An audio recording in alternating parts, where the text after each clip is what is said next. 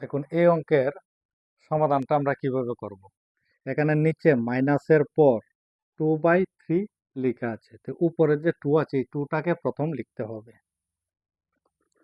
তারপর এই 2 এর নিচে 3 আছে, এই 3টাকে এখানে লিখতে হবে।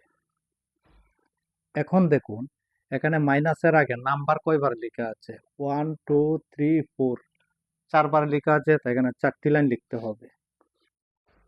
2 3 4।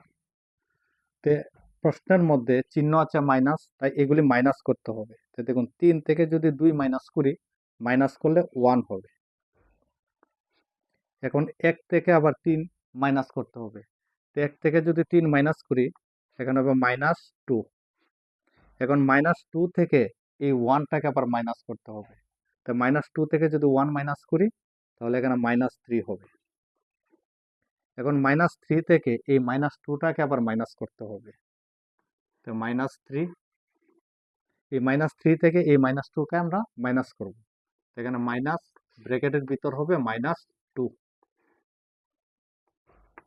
এখানে হবে -3, এখানে মাইনাস মাইনাস প্লাস, প্লাসের পরে হবে 2,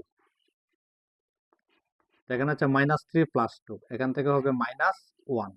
এই লাইনের উপরে বসবে -1।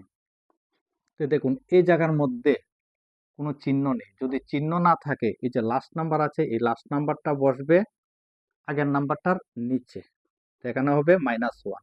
তো মাইনাস মাইনাস ক্যান্সেল, কাট করার পর এখানে আছে 3/1। তো নিচের 1 লিখতে হবে না, 3 লিখলেই হবে। তাহলে এই অঙ্কের আনসারটা হবে 3।